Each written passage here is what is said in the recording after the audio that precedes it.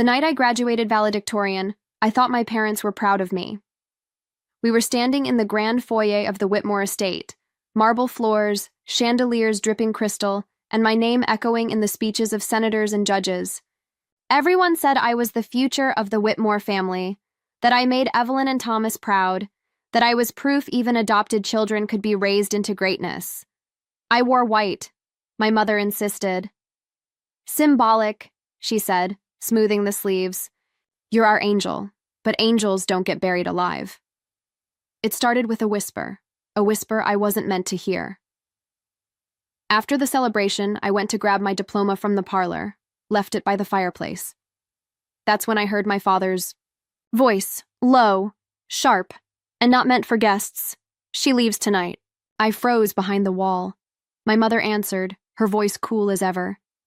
The documents are signed, guardianship revoked, death certificate is already in the system, no one will question it. Silence. Then, we had to get her off the will before the trust closes. Caleb is the blood heir. It's time we move on. My diploma slipped from my fingers. I couldn't feel my legs. Death certificate? I stumbled into the room, heart slamming against my ribs. What are you talking about? They didn't flinch, not even a flicker of guilt. My father, Senator Thomas Whitmore, turned to me like I was just another inconvenient political problem. Lana, he said, you were never meant to stay. My mother stepped forward, adjusting the diamond brooch on her collar like she was bored. You were adopted for optics. The campaign needed a family. You played your part. I'm your daughter, I whispered. You raised me. You were an arrangement, she said. We provided. You performed. That's over now. I couldn't breathe. You told the court I was dead? Missing. Presumed dead. It's cleaner, my father replied. You'll understand in time. The estate must stay in the family. I stared at them, mouth open. You told people I was dead just to give Caleb everything? Caleb is blood. You were borrowed. That was the moment something inside me snapped. Not loudly. No screaming. No sobbing. Just a clean, surgical split from everything I believed was true. You planned this. After I got into Duke. After I won state. You were impressive, my mother said simply. But that doesn't make you blood. She walked. Past me, heels clicking on the marble. Your room will be cleared by morning. They turned off the lights as they left me there. I walked up the stairs one last time, not as a daughter, not as a Whitmore, but as a ghost. I didn't take much. Just my backpack, my birth certificate, my adoption papers, and $47 from my emergency stash hidden inside a hollowed-out calculus textbook. When I passed the family portrait in the hallway, I paused. My face smiled up at me in that photo. But I realized it was always an illusion. The whole frame was a lie. I didn't cry when I stepped outside into the humid Georgia night. I didn't even say goodbye, because Lana Whitmore died that night, but I didn't. I didn't look back. Not when I crossed the gates, not when the dog started barking behind me, not when the warm glow of the Whitmore mansion faded into the dark. My shoes blistered my feet before I even hit the edge of town. I made it to the Greyhound station just past 2 a.m. A one-way ticket to Chicago cost $39.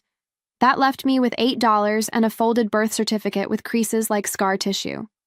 The driver didn't ask questions, and I wouldn't have answered them if he had. The ride took 18 hours. I stared out the window the whole time. No texts. No missed calls. Nothing. It was as if I had never existed. By nightfall, I was standing in a city that didn't know me, didn't care about me, and didn't ask me to be anyone but cold, quiet, and invisible. For the first week, I slept in the Ma'ai's women's bathroom at Union Station. The janitor never caught me, but once, a woman in heels saw me curled against the wall. She paused, lowered her lipstick mid-swipe, and said, "You ain't from around here." Don't die, stupid. I didn't plan to, but I didn't plan to survive like this either. By day, I wandered. At night, I found corners, behind dumpsters, in stairwells. There were moments, like when it snowed in April, when I almost believed my parents were right, that I was disposable, that maybe I was a ghost, until I met Nadine. She found me at the soup kitchen on 49th and Halstead, staring too long at a bulletin board that offered nothing but disappointment. "You lost, or just lost?" "Hope?" she asked, handing me a paper plate with overcooked beans and rice. I didn't answer, but I came back the next day, and the day after that. Nadine used to be a social worker. She said she could spot a discarded daughter from a block away. She let me help clean the floors in exchange for a cot behind the storage room. Then she pulled strings and got me a job cleaning offices in a law firm downtown. "You keep your head down and eyes open," she told me, stuffing gloves in my hands. "Rich people leave footprints in their trash. Learn where they walk." That's how it started. I scrubbed bathrooms while corporate attorneys signed million-dollar deals. I emptied recycling bins filled with shredded trust documents. And I listened. Every night, I'd write what I overheard in a little red notebook: trust structures, shell companies, beneficiary loopholes. It was like learning a new language, one designed to protect the rich from the truth. And I wrote something else, too. Over and over. At the top of every page, "Lana Whitmore is dead. Long live Alana West." That was the name I chose, the name I would build from. Because if they could erase me with a forged document, then I would rise with one too. And this time, I wouldn't just take what was mine. I'd take back everything they thought I'd never touch again. By month 3, I could predict which partners would leave their contracts face up on their desks. By month 6, I knew which paralegals were having affairs with which attorneys. And by the end of year 1, I could draft a living trust better than half the interns. I never asked for help. I never used the Whitmore name. I was just Alana West, the quiet girl who never missed a shift and never said too much. But I watched, and I learned. Nadine used to say, "Survival is a skill, but revenge is architecture." So I built. It started small, helping the janitor's cousin file for emergency guardianship over her disabled mother. Then I helped a woman from the shelter navigate probate court after her abusive husband died without a will. People started calling me before they called lawyers. They came with tear-stained folders and stories of families who cut them out, just like mine had. Didn't advertise. I didn't post online, but word spread. And soon, I wasn't just surviving, I was solving. By 24, I opened a consulting firm out of a second-floor walk-up in Bronzeville, West Trust Consulting, discrete estate structuring and trust advocacy. I hired women like me, disowned daughters, overqualified immigrants, former paralegals passed over for promotion. We didn't look like power, but we were the ones who made sure your family name didn't kill you slowly. And while Caleb Whitmore was out in Atlanta posting photos of his luxury car collection and botching real estate flips, I was building silent wealth. I helped a divorced black mother secure full rights to her late ex-husband's pension against 3 white Southern brothers with big firm lawyers. I helped a terminally ill drag performer make sure her family couldn't touch her savings, donated it all to LGBTQ shelters across the state. Every time I watched someone reclaim what was stolen from them, I felt something settle in me, something deeper than anger. It was clarity. Then came the twist I didn't see coming. One of my clients, Mr. Navarro, died suddenly of a stroke. He was a quiet man, wore tweed, tipped in exact change. Turned out he was worth $72 million and left 30% of it to my firm as management fee in perpetuity. Just like that, West Trust was no longer scrappy. It was elite. I incorporated in Delaware, opened a discreet office in D.C. under a shell name, started receiving quiet inquiries from politicians' wives, estranged heirs, people like my parents, only smarter. I never used my real photo on any website, never went public. But one name kept popping up in conversation, again and again: Whitmore Estate Holdings. They were struggling. One partner had embezzled funds. Another was under federal investigation. And Caleb, the golden heir, was hemorrhaging money through failed LLCs and vanity ventures. And then I saw it, a notice in a private estate law forum. Seeking external consultants for urgent trust restructuring. Whitmore Estate, Savannah, GA. They didn't know who I was, but I knew exactly who they were. That night, I poured myself a glass of scotch I couldn't afford 5 years ago, sat at my desk, and opened a blank manila folder. On the tab, I wrote, Project Lazarus. Because the Whitmores buried a girl named Lana, and they were about to meet the woman who rose from her grave. The Whitmore estate hadn't changed. Same wrought iron gates, same limestone columns, same smell of money and rotting roses. But this time, I didn't walk through the servants' entrance. A black SUV pulled into the circular drive. A chauffeur opened the door. I stepped out in a tailored navy suit, 4-inch heels, and a briefcase that held enough paper to burn their entire legacy to the ground. Inside, the air conditioning hummed like static. A young intern with trembling hands greeted me. Ms. West, she said, eyes flicking over the initials on my briefcase. The board is waiting. I walked down the hall where I used to carry piano books, past the study where Evelyn slapped my hand for eating too fast, past the family portrait that no longer included me. The double doors opened, and there they were.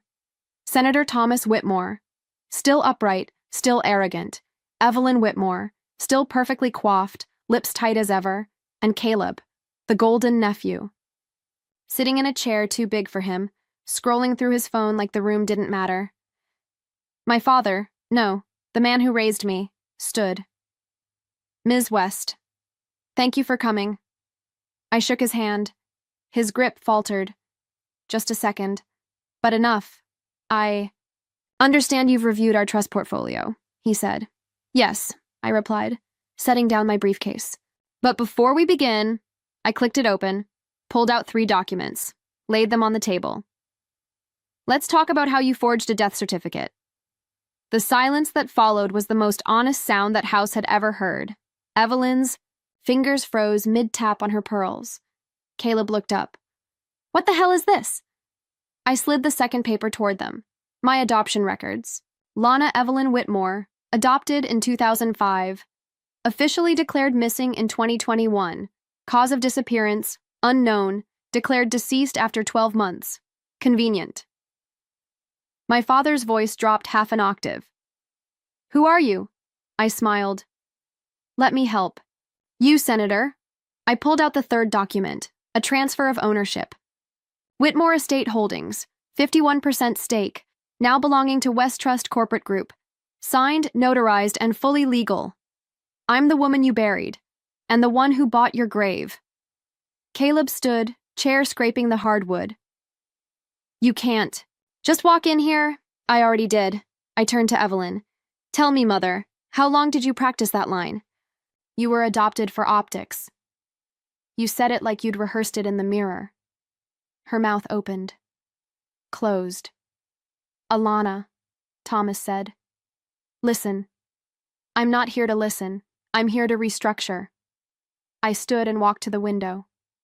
Your trust is bleeding. Your assets are frozen under investigation, and your heir, I looked at Caleb, is under federal scrutiny for wire fraud. Caleb paled. I turned back. You need saving, again, but this time I named the terms. Thomas clenched his jaw. What do you want? 3 things. I held up a finger. 1. Caleb is removed from all positions of power permanently. No titles, no access, no fallback funding.